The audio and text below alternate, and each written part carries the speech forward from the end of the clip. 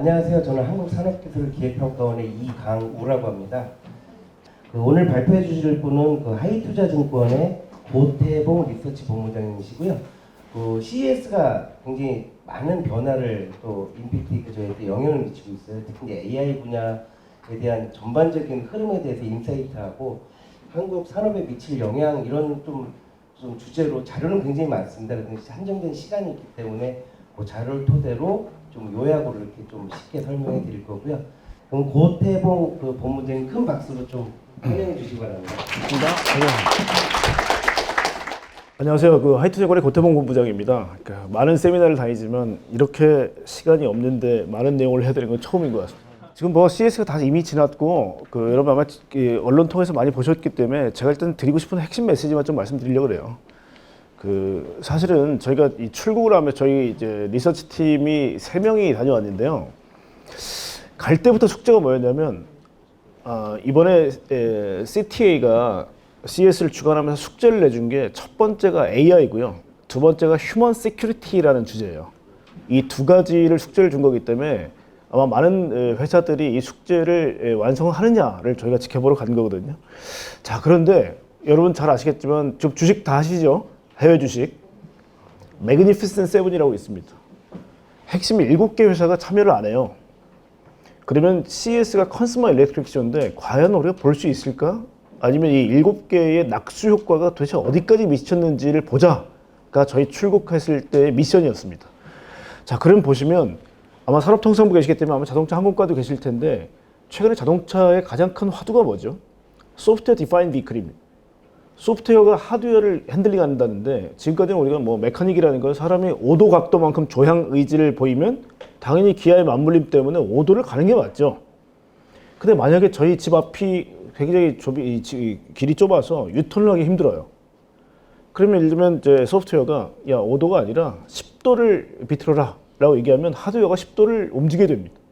실제로 하드웨어를 소프트웨어가 디파인 하는 겁니다. 자, 그러려면 자동차를 PCB 기판하고 반도체로 완전히 도배를 해야 됩니다. 지금 레거시 자동차 업체들이 변하기 가장 어려운 게 바로 이런 숙제거든요. 그래서 여러분이 아마 소프트웨어 디파인 하드웨어 혹은 소프트웨어 디파인 비클 이라는 얘기를 많이 들으셨을 거예요. 현대 자동차도 2025년까지 소프트웨어 디파인 비클을 완성하겠다고 지금 얘기는 하고 있지만 굉장히 구멍이 많이 뚫려 있습니다. 자, 그래서 보시는 것처럼 소프트웨어 디파인 에브리띵, 특히 이번 현대자동차에 대한 제목이 SDX였습니다. 소프트웨어 디파인 에브리띵. 자, 그래서 이 부분을 알고 계신데 주제가 AI였단 말이에요. 여러분 AI가 지금 제일 잘하는 게 뭘까요? 우리가 라지 랭귀지 모델 같은 경우 보면 시퀀스, 즉 순서대로 뭔가를 배치하거나 나열하는 걸 제일 잘해요. 그러니까 이걸 한번 보세요. 우리가 얘기하는 음성을 만약에 그러니까 비정형 데이터인 이 음성을 정형 데이터인 텍스트로 바꿀 수만 있다면 할 수 있는 일이 무궁무진합니다. 트랜슬레이트, 우리 번역하는 것도 이번에 갤럭시 보셨겠지만 한글로 얘기했을 때 영어로 말할 수 있던 것도 사실 이 과정들이 우리가 보이진 않지만 생략된 거죠. 자, 그러면 인간의 언어를 기계의 언어인 코딩으로 전환하는 것도 쉽습니다. 똑같아요. 자, 그러면 AI하고 소프트웨어 관계는 뭘까요? AI가 제일 잘하는 거는 소프트웨어한테 명령을 하거나 코딩을 하는 것도 잘할 거고요. 그 다음에 예를 들면 소프트웨어가 한 10개 정도가 움직이는 아주 복잡다단한 프로세스라고 생각해 보죠. 소프트웨어 1번서부터 소프트웨어 10번까지가 계속 돌아가고 있는데 이 시퀀스, 순서를 정해줘야 된다. 예를 들면 자동차가 가야 되는데 신호등을 봐야 된다 하면 신호등한테 주목하겠죠. 신호등의 시그널이 바뀌면 예를 들면 구동해라. 이런 명령들이 시퀀스도 아닐 거예요. 그러면 AI가 소프트웨어한테 순서를 정해줘. 자, 이번엔 네 차례다. 다음은 네 차례다. 너 쉬고, 너 움직이고. 이거 되겠죠? 그래서 AI가 소프트웨어를 핸들링할 수 있다는 거 이해하세요, 지금? 자, 그럼 보시죠. 소프트웨어가 하드웨어를 디파인하고 AI는 소프트웨어 머리 꼭대기에 있어. 그럼 다 연결해 볼게요. AI가 소프트웨어가 하드웨어를. 그러면 AI가 모든 걸 다 핸들링할 수 있겠죠. 여러분 잘 생각해 보시면 여기까지가 카메라에 좀 잠깐 제가 이 부분까지가 사이버 월드입니다. 이렇게 하면 피지컬 월드가 돼요. 여러분 산업통상부 하시는 일들의 대부분은 이 피지컬 월드예요. 자동차, 기계, 항공, 선박 이런 것들. 이 피지컬 월드를 AI가 이제 드리븐을 할 수 있다는 것 자체를 여러분이 반드시 이번에 이해하고 가셔야 됩니다. 이거 안 되면요, 우리 AI에 속국됩니다, 대한민국. 저는 일본은 그렇게 될 것 같아요.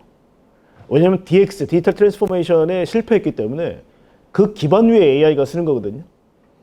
그렇기 때문에 하드웨어만 하는 나라로 전락할 수 있습니다, 잘못하면. 그래서 AI가 소프트웨어와 하드웨어까지 영향을 미친다는 건 굉장히 중요한 메시지고요. 자, 그래서 이번에 느낀 건 뭐냐면 CS에 야, 이게 매그니피센트 7이 안 보인다. 근데 돈은 다 제대로 벌고 있거든요.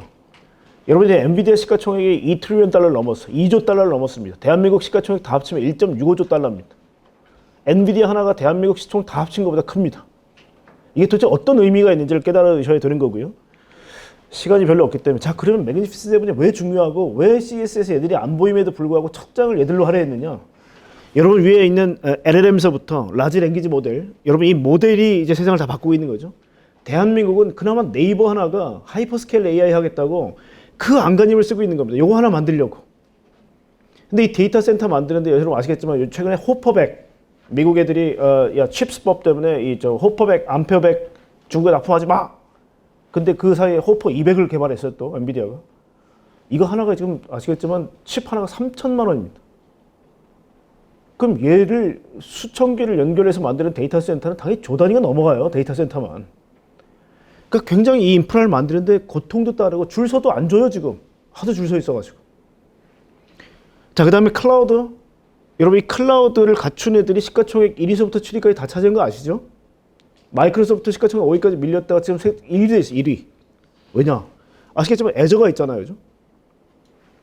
아마존 AWS에 있습니다. 여러분 우리 아이클라우드 쓰시거나 구글 클라우드 다 쓰시고 계시잖아요, 그죠? 다 이걸 갖췄단 말이에요. 그 다음에 데이터 소스는 우리는 네이버라는 정말 걸쭉한 존재가 있다는 게 되게 대한민국에 감사한 일입니다. 유럽 가보시면 아시겠죠? 유럽은 누구한테 종속당했죠? 구글. 그래서 자율주행을 하려고 해도 구글맵 말고는 쓸 게 없어요. 그러니까 그 당시에 이 독일의 메르켈 총리가 야, 그렇게 우리가 한심하냐. 그 당시에 히어라는 회사를 4조를 주고 샀죠. 왜냐면 맵 때문에, 유럽의 맵 때문에. 그러니까 이게 참 미국이 무서운 게 사실 그런 겁니다. 뭘 하려고 그러면 전부 다 얘들이 가지고 있는 뭔가에 우리 도움을 빌리지 않으면 안 되는데 얘들이 그냥 줍니까? 다 돈이지. 자, 여기까지가 사이버라면 밑으로 보시죠. 우리가 그 중요한 모빌리티. 모빌리티를요, 엔비디아가 지금 야, 매출액에 나 자동차 얼마 안 된다. 근데 앞으로 35%가 자동차가 될 거야. 이게 무슨 말이에요, 지금? 테슬라 진영하고 같은 맥락으로 이 인공지능이 학습을 하고 데이터를 모아서 자율주행 구현하는 게요, 다 엔비디아에 줄 서 있습니다, 지금. 얘들이 뭐냐면, 이제 이 2024년도 하이페리온 8이라는 걸 다 쓸 거고요. 26년도에 하이페리온 9을 다 쓸 거예요.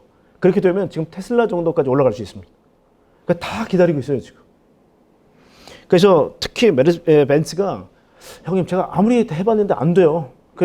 젠슨 왕한테 무릎 꿇었습니다. 형님이 2040년까지 우리 자율주행 책임져줘요. 그래서 벤츠가 왜 엔비디아에 서 있는 겁니다. 왜 엔비디아가 얘기할 때마다 늘 벤츠 얘기가 나올까? 혈맹이 됐어요, 지금. 이게 레거시 자동차 업체에서 굉장히 자존심 상하는 거거든요. 이거 해주려고 그러면 프로토콜 다 까야 돼요. 내가 지금까지 자동차를 해왔던 모든 노하우를 다 까 말려야 된단 말이에요. 하고 싶겠습니까, 이거? 자, 그래서 모빌리티 보면 뭐 테슬라 같은 경우는 지금 뭐 버전 12.2.1 릴리즈했죠. 거의 임박한 겁니다, 이게 지금. 구글 웨이모, 애플카는 타이탄 프로젝트 처음 시작했을 때부터 야 2022년, 24년, 26년 했다가 이번에 28년을 또 딜레이했어요. 그만큼 물리 세계의 자율주행이라는 게 어렵습니다. 일론 머스크만 사기치는 게 아니라 애플도 사기치고 있는 거예요. 된다 했던 게 매년 2년 단위로 밀려요. 자, 여러분 제일 중요한 게 로보틱스예요, 여러분. 앞으로 산업통상부에서 하시는 모든 일들이 이 로보틱스가 얼마나 중요한지를 이해하셔야 되는데요. 최근에 뉴스 보셨겠지만 피겨라는 로봇에 엔비디아 돈 투자했죠. 그다음 오픈 AI 투자했죠. 마이크로소프트 투자했어.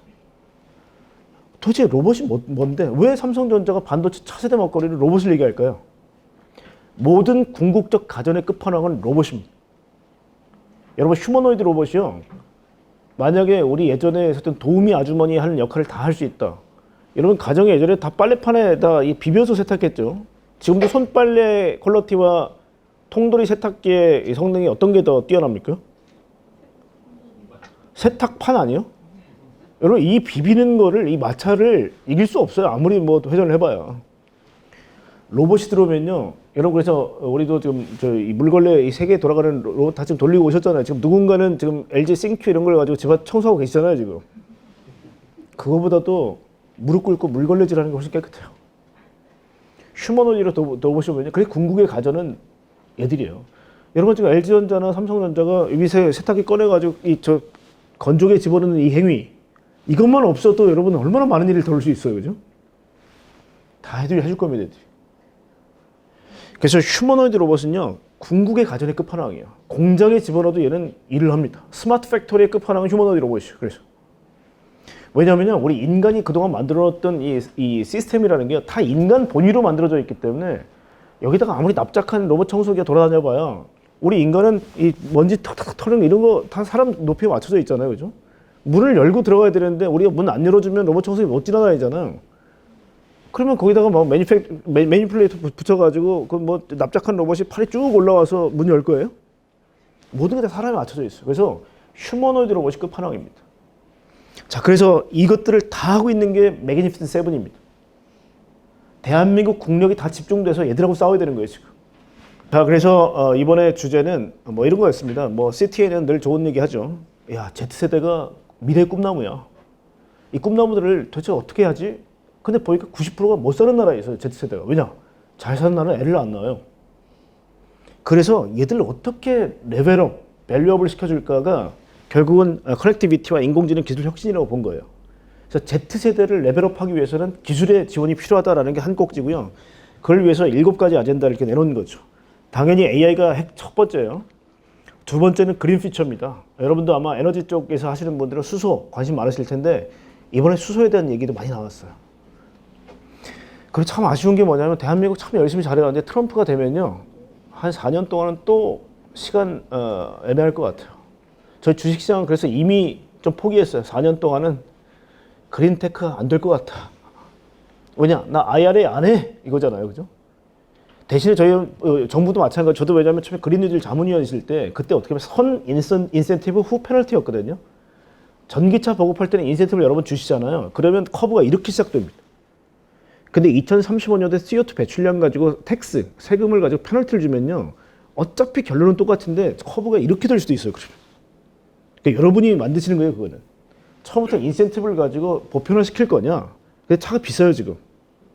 근데 나중에 페널티로 가면 이게 이렇게 될 겁니다, 커브가. 결론은 같은데, 그래서 트럼프도 정책을 봤을 때 카페를 어떻게 할 거냐? 코퍼레이트 에버리지 퓨얼 이코노미를 결국 계속 높일 거냐? 그리고 인센티브는 IRA 안 하겠다 그랬으니까 안 주겠다는 거잖아요, 인센티브를. 근데 그 정책적으로는 아마 정당마다 차이가 좀 있을 겁니다. 그래도 우리는 후퇴하면 안 됩니다, 여러분. 미국이 그렇게 해서 분위기를 그렇게 만든다더라도 우리는 후퇴하면 안 돼요. 세 번째가 뭐냐면 포용적 기술입니다. 뭐냐면 정상인들뿐만 아니라 우리 저 장애우들까지도 포용하는 기술을 갖고 가야 된다. 다리가 불편한 분들은 웨어러블 로봇 입히고 그 다음에 우리 이번에 이제 키노트 했던 로레알 같은 경우는 손이 이렇게 떨리는 분도 이 립크루즈 잘 발라야 되기 때문에 자이로스코프를 달아가지고요. 이게 손은 떨리지만 안정적으로 바를 수 있도록 만들었어요. 그런 게 돈은 안 되겠지만 앞으로 기술의 영역은 그렇게 포용적이 돼야 된다라는 메시지였고요. 네 번째가 뭐냐면 헬스하고 웰니스. 이거 되게 중요한 게 뭐냐면 온 디바이스 AI를 구현하기 제일 쉬운 게 디지털 이 의료기기들이에요. 예를 들면 디지털 청진기라든지 예를 들면 반려묘나 반려견한테 이 조그만 디바이스를 가지고 심장 소리, 박동이 아닙니다. 심장 소리만 들었을 때 심장 소리가 내포하고 있는 이 많은 메시지들이 있대요. 바이오메트릭이죠. 생체 정보를 가지고 얘가 아픈지 안 아픈지를 바로 판별할 수 있어요. 이게 바로 수의사한테 바로 연결이 됩니다. 뭐 이런 디바이스가 정말 많이 나왔어요, 이번에. 그리고 웰리스는 얘들도 베이비 부모들이 다 은퇴했잖아, 미국이. 저 깜짝 놀란 게 뭐냐면 세라젬하고 바디프렌드의 줄이 그렇게 긴지 처음 봤어요. 왜냐면 이분들 집도 넓어요. 그리고 연배가 되셔서 다 은퇴하셨어요. 그러니까 그 넓은 집에 뭐 하겠어요? 이 세라젬 넣고 뜨끈뜨끈하게 이제 안마하고 싶은 거잖아요. 그러니까 이게 뭐냐면 이 고령화 사회에서 생각지도 않았던 디바이스들이 잭팟이 터질 수도 있어요. 그러니까 이런 것들이 저도 이번에 느꼈던 웰리스 테크였고요. 퓨처 모빌리티 되게 중요하죠. 지상뿐만이 아니라 하늘, UAM 이번에 현대자동차 슈퍼널이 드디어 실물 전시를 했어요. 이 부분도 저희가 예전에 그 이랑 과장님 계실 때 뭐 국토교통부에서 로드맵 만들 때 같이 저도 고민 많이 했었는데 이것도 앞으로 계속 진출해야 됩니다. 야 이거 아직 안 보이잖아가 아니라 25년부터 시작돼요 이제. 35년 되면 파일럿 리스 허용됩니다. 국토교통부 로드맵에 의하면. 우버가 지금 겨우 흑자됐다고 아마 언론 보셨을 텐데요. 파일럿 리스라는 거 의미하는 건 드라이버 리스하고 똑같아요. 지금 우버의 코스트의 82%가 드라이버 코스트입니다. 드라이버가 없어지게 되면 바로 BP가 뚝 떨어져요. 돈 법니다. 마찬가지로 UAM 같은 경우는 3차원 공간이기 때문에 장애물이 없어요. 훨씬 쉽습니다. 그래서 우리가 대한민국은 회랑을 만들고 여러분도 아마 오송역까지 가면 귀찮으시잖아요. 그럼 바로 옥상 가셔가지고 UAM 타셔가지고 오송역까지 바로 가시거나 아니면 조금 더 애들이 이제 이 항속거리가 배터리만 좀 좋아지면 바로 그냥 서울 청사까지 가실 수 있으세요. 제가 홍성국 의원님이 처음에 그 무슨 그 여기 로드맵 만들 때 제가 이 세종시 와서 같이 했어요 그 얘기. 여러분이 제일 필요하실 것 같아요. 그 다음에 이제 TV가 인텔리전트 허브로 이게 무슨 의미냐? 여러분 CES의 주제는 원래 주인공은 TV잖아요. 이번에 주제가 야 생성형 AI를 다 장착해라 했더니 숙제를 다 충실해 왔어요. 그런데 걱정이 돼요. 여러분이 집에 딱 들어가 있어요. 피곤한 몸을 이끄시고 딱 문에 들어가자마자 예를 들면 뭐 여러분이 순이라고 이름을 적었다고 쳐봐요. 이 가전집. 헬로 순이 그러면 뭐 세탁기도 네 주인님, 뭐 TV도 네 주인님 하고 뭐 지금 뭐 다 가전제품이 다 소리를 지르게 생겼어요. 그럼 여러분 이거 막 당황스러울 거 아니에요. 어떤 순위인지 몰라서. 그래서 인텔리전트 허브가 필요해요. 그럼 TV에다가 헬로 순이 그러면 네 주인님 얘가 그러면 야 지금 세탁기 안에 세탁물 들어가 있니? 돌려라.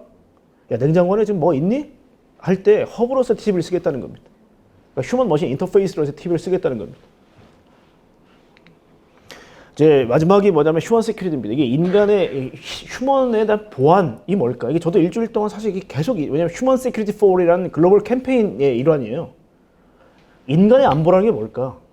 도대체 기술이 인간을 어떻게 안보를 해주나? 이건 모든 불안으로부터 기술이 보호해주는 겁니다.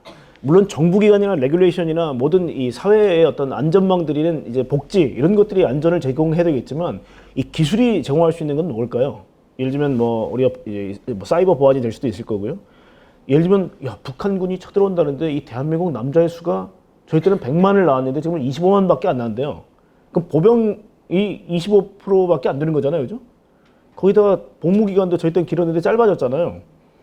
그럼 얘들한테 맡기고 대한민국을 과연 우리가 온 가족들이 다리를 뻗고 잘 수 있을까? 근데 만약 기술이 가능하다면 지금 LIG 넥스원이 미국의 고스 로보틱스라는 국방 로봇을 인수했어요. 그럼 얘들 위에다 K4 같은 유탄 발사기를 붙여놓거나 만약 여기다 총만 갖다 붙여놓게 되면 얘들이 휴전선 지킨다고 생각해 보세요. 이것도 역시 인간 안보입니다. 기술이 우리를 보호해 줄 수 있다는 겁니다. 그래서 이 휴먼 세큐리티라는 건 굉장히 모든 불안으로부터 인간을 보호해 준다는 의미로 보시면 될 것 같아요. 자, 오늘 메시지는 이게 핵심이 이겁니다. 뒤는 여러분 다 읽어보세요. 여러분 멀티모달리티가 AI 시대에 제일 중요한 부분이 뭐냐면 다중감각이라는 뜻입니다. 다중감각이면 결국 감각을 한번 보시죠. 텍스트하고 사운드를 지금 결국 정복하기 위해서 이렇게 투쟁을 하고 있는 겁니다 지금. 자 여러분이 제가 말씀드리는 얘기는 결국은 이 공기 중에 파장으로 여러분 귀를 딱 때리잖아요, 그죠? 결국 이건 되게 아날로그가 여러분을 때리고 있는 거예요. 비정형 데이터입니다. 근데 글은요 정형 데이터예요. 그래서 파운데이션 모델을 만들 수 있었던 거예요. GPT 같은 2021년 9월까지 영어로 되어 있는 모든 텍스트를 전부 다 공부한 거죠. 그래서 텍스트하고 사운드라는 거는 두 개 한 묶음을 하면 어떻게 되냐? 바로 스피치 투 텍스트, 텍스트 투 스피치가 돼요. 이렇게 되면 여러분 아까 제가 말씀드렸지만 우리 스피치를 가지고 정형 데이터로만 만들 수 있으면요. 그 정형 데이터는 컴퓨터 안에서 모든 것들을 할 수 있습니다. 말씀드렸지만 프롬프트 몇 개만 넣게 되면 로봇의 언어로 바뀌어요. 여러분 이번에 엔비디아가 내놨던 아이작 피카소라는 플랫폼은 뭐냐면 로봇한테 그냥 자연어를 얘기하면 로봇이 그렇게 학습을 해요. 유레카라는 플랫폼이 있습니다. 그건 뭐냐면 야 덱스트러스 사람 손 같은 로봇 손이죠. 로봇 손으로 연필 좀 돌리게 해봐. 그 프롬프트 하나에 얘가 수만 가지의 경우의 수를 학습을 해요. 그러니까 진짜 로봇한테 우리가 음성으로 명령시킬 수 있는 시대가 온 거예요. 여러분 그래서 텍스트 사운드만 되면 바로 통번역 됩니다. 통번역. 그렇죠? 예전에 저희가 뭐 알렉사나 아니면 시리나 이렇게 부를 때마다 우리가 정확하게 야 그럼 우리가 편하게 하려고 니를 쓰는데 내가 발음을 이렇게 교정해야 되겠니? 하면서 짜증내면서 하셨잖아요. TV 틀어! 이렇게 막 근데 못 알아들어. 주인님 못 알아들었습니다. 그래서 막 던져버리고 싶잖아요. 그죠? 그 지금은 다 이해해요. 컨버세이션 되죠. 스피치 텍스트 텍스트 스피치 되니까 트랜슬레이트 통번역이 되는데 이건 말씀드리지만 인간과 기계끼리도 통번역이 돼요. 이게 굉장히 큰 변화입니다. 왜냐? 우리가 지금까지 코딩을 할 수 있는 사람들 그 다음 라벨러들 우리 예전에 기억나시겠지만 디지털 뉴딜 정책할 때 거의 대부분의 예산이 다 어디 들어갔어요? 라벨러들한테 들어갔어요. 오토 라벨링이 돼요. 여러분 이게 보통 얘기가 아닙니다. 로봇한테 우리가 음성으로 명령을 내릴 수 있어요. 휴먼 머신 인터페이스가 음성이에요 이제는. 이것 때문에 지금 이 시장이 난리가 난 겁니다 지금. 그런데 여러분이 다루시는 피지컬 월드 이 물리 세계는요 더 힘들어요. 중력, 마찰력, 구심력, 원심력 뭐 그다음에 또 뭐 관성 그다음에 뭐 지면에 예를 들면 뭐 이슬이 맺혔다 그러면 제동거리 막 달라지는 거 아시잖아요. 물리 법칙은 변칙 투성이에요. 이걸 AI가 어떻게 학습을 해요? 비전과 모션은 더 어려운 개념입니다. 그래서 물리 세계로 진출하려면 봐야 돼요. 예를 들면 저희가 만약에 운전을 해요. 한다는 건 뭐냐면 저기서 차가 막 달려와요. 그럼 봤다는 거잖아요. 그죠? 보면 모션은 어떻게 해요? 브레이크를 밟거나 조향을 해요. 여러분. 이 물리 세계는 비전과 모션의 파운데이션 모델이 만들어져야 됩니다. 여러분 이게 그냥 감각 하나씩 설명하는 게 아닙니다. 여러분 앞으로 보시면 이 비전과 모션이 어마어마한 돈을 창출합니다. 오늘 제가 시간이 없기 때문에 말씀 못 드리지만 예를 들면 이번 휴머노이드 로봇 가지고 얘기 나오고 있는데 2만 불의 로봇을 만들어서 팔겠대요. 깡통 로봇을. 테슬라가 옵티머스라는 깡통 로봇을 여러분한테 판매를 하셨어요. 그럼 여러분이 쿠팡에서 사셨어요. 옵티머스를. 집에 배달됐어요. 언박싱 해요. 그랬더니 사람만 한 게 딱 있어. 176cm짜리가 쭉 있어. 근데 텅 비었어요 얘는. 그냥 2만 불이면 얼마나? 2,600만 원 하나야 지금? 2,600만 원짜리 이제 로봇을 하나 샀는데 그때부터 파워 탁 키고 나서 봤더니 어떤 기능을 추구하시겠어요? 그때부터는 돈입니다. 물걸레질 그러면 한국에 있는 청담동 도우미 아줌마 버전 5만 원입니다. 그게 모션입니다. 모션 토크라이션 되어 있는 것들을 다 라이브러리에 저장되어 있는 모션을 여러분 사오시는 거예요. 이해 가세요? 지금도 협동 로봇 같은 경우 애들한테 어떻게 알고리즘을 주입하냐면요. 커피 자동하고 있는 협동 로봇이 커피 바리스타 로봇을 만들고 싶은데 그러면 폴바셋 모드는 폴바셋이 실제로 그라인딩을 어떻게 하는지 압착을 했을 때 스크린을 얼마의 압력으로 넣는지를 전부 다 애들이 토크네이션 합니다. 그래서 그걸 다운받을 때마다 걔들한테 10원씩 가요. 폴바셋한테. 여러분 그 모션이라는 게 우리가 마치 애플에 우리 앱을 다운받는 거와 똑같습니다. 이 기능들을 여러분이 계속 심으시는 거예요. 휴머노이드 로봇에. 돈 되겠어요? 안 되겠어요? 그리고 여러분이 옵티머스를 샀는데 물걸레는 옵티머스 말고 뭐 딴 놈한테 시키고 범블비한테 시키고 뭐 예를 들면 우리 집에 뭐 냉장고 요리는 옵티머스 시키고 로봇을 한 집에 뭐 대여섯 대 두시겠어요? 결국 한 놈 사면요. 얘한테 다 다운받아야 돼요. 여러분 이게 앞으로의 산업계의 지형을 바꿀 수 있습니다. 이 모션이라는 게. 공장? 지금은 단순해요. 야, 저 박스 저쪽 날라. 그러면 그 박스가 예를 들면 표준화되어 있는 게 6개가 있고 7개가 있다. 그 무게가 예를 들면 경우의 수가 100가지가 있다. 금방 학습됩니다. 파지법? 야, 이 박스는 어떻게 들어야 무게중심이 안 흔들려? 야, 이건 액체거든? 액체는 무게중심이 계속 흔들리기 때문에 어디를 잡아야 돼? 이게 파지법입니다. 전부 다 토크나이션 돼요. 그래서 비전과 모션은요. 굉장히 중요합니다. 피지컬 월드에서. 자, 그 다음에 터치, 테이스트, 스멜, 바이오메트릭, 생체 정보까지 여러분 우리가 판 프로젝트라든지 여러분이 저희 뭐 부르셔도 판 프로젝트나 아니면 생체 정보까지 이걸 다 통합하면요. 이게 초인간입니다. 알키미스 프로젝트가 20년 뒤를 보는 거잖아요. 그죠? 우리가 얘기했던 게 다 초인간 얘기를 했단 말이에요. 그때. 이 감각을 얼마나 내재화시킬 거냐는 거고요. 저 다음 장까지 와 끝내겠습니다. 이게 제가 심혈을 기울여서 만든 작품이에요. 이것만 여러분 이해하셔도 됩니다. 산업통상 그대로 쓰셔도 제가 뭐라고 안 그렇게. 텍스트부터 바이오메트릭 아마 점점 계속 늘어날 겁니다. 이 감각들을 우리가 어떻게 이해할 수 있느냐. 이 옆에 써놓은 게 뭐냐면 하이브리드 센싱을 포함한 센싱입니다. 어떻게 이 감각을 센싱할 거니? 되게 중요합니다. 아마 맴스 기술이 있는 독일하고 일본 애들이 이쪽에 아마 굉장히 돈을 벌 거예요. 소부장 쪽에. 한국도 지금 이 비전 센싱 쪽 굉장히 강합니다. 그래서 이번에 LG노텍 같은 데도 되게 얘기를 많이 했어요. LG노텍 사장하고도 굉장히 오랜 시간 동안 둘이 얘기를 했습니다. CS 와서. 자, 그거를 봤던 센싱 했던 걸 0과 1의 디타이즈들, 즉 바이너리를 가지고 바꾸는 게 디지털 데이터. 우리가 이것 때문에 디지털 트랜스포메이션 때문에 그렇게 노력하신 겁니다, 여러분들이. 대한민국에 수십 년 동안 이 디지털 트랜스포메이션 가지고 고민하신 거예요. 겨우 우리가 이거 만들어 놨습니다, 인프라를. 근데 어떻게 쓸 줄 몰라요. 왜냐? AI가 안 됐거든, 지금까지. 왜 2016년도에 인더스트리 4.0이라는 그 거대한 주제가 나와서 그때도 산업통수가 저 불러가지고 맨날 얘기했어요. 현대제철, 포스코 다 불러다가 니네 데이터가 어떻게 쓰고 있니? 데이터를 모아놨는데 어떻게 쓰는지 모르는데요. 독일도 똑같았어요. 지멘스, SAP. 야, 데이터는 있는데 어떻게 쓸 줄 모르겠다. 왜냐? 파운데이션 모델이 없어요. 파운데이션 만들 수 있는 기술이 없었단 말이에요. 너무 어려워요. 데이터를 어떻게 써야 될지가. 메모리는 잔뜩 썼단 말이에요. 잔뜩 모아놨어. 그랬더니 얘를 이제 액기스로 추리는 거예요. 쉽게 말하면 쌀을 막 집어넣고 가래떡을 쭉 뽑는 게 바로 파운데이션 모델입니다. 드디어 이걸 할 수 있게 된 거예요. 여기는 NPU도 들어가고요, FGA도 들어가고요, 그 다음에 뭐 GPU도 들어가고요. 우리 많은 반도체들이 들어가는 게 이쪽입니다.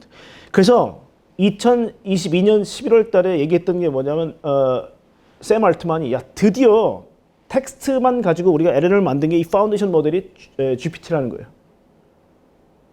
이게 2017년에 트랜스포머 알고리즘 나오고 나서부터 굉장히 획기적 변화입니다. 이게 17년 이후입니다.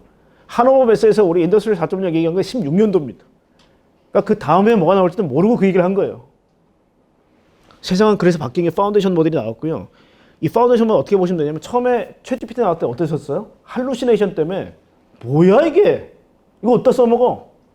아이 뭐야 우리 저 장관님한테 보고할 자료 만드는데 해줄 줄 알았더니 못 써먹겠네. 나 잘리게 생겼네 이렇게 썼다가는 그게 할루시네이션이에요.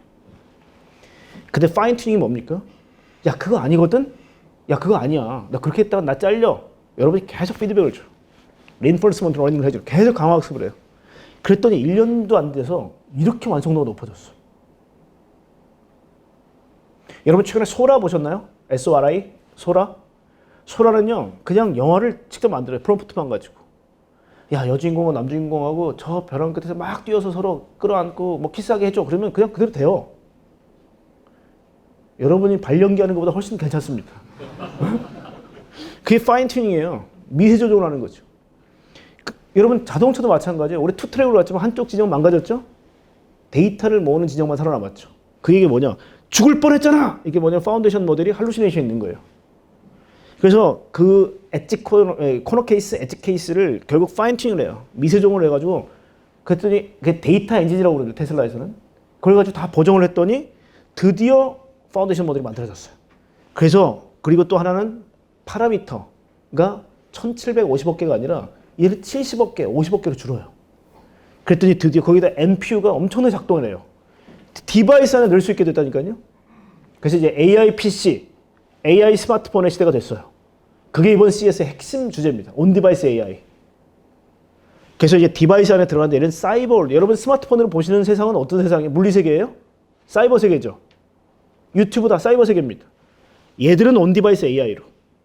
밑에 여러분 산업통상부 여러분이 제일 잘 아시는 게 뭐냐? 이 피지컬 인바디드 AI입니다. 기계 속에 AI가 들어가는 거예요. 자동차 안에 들어가고요. 산업용 기계 안에 들어가고요. 협동 로봇 안에 들어가고요. 휴머노이드 로봇 안에 들어가는 게 피지컬 인바디드 AI입니다. 이 시장이 무궁무진하게 큽니다. 파낙, ABB, 뭐 이런 야스카와 이런 로봇이 지금까지는 다 어떻게 보면 시각 장애가 있었어요. 안 보여요. 그러니까 정확하게 하지 않으면 오차가 생겨요. 근데 여기다 비전을 하나 딱 달아놓어 보세요. 내가 3mm 약간 벗어났네? 교정, 커렉션 할 수 있습니다.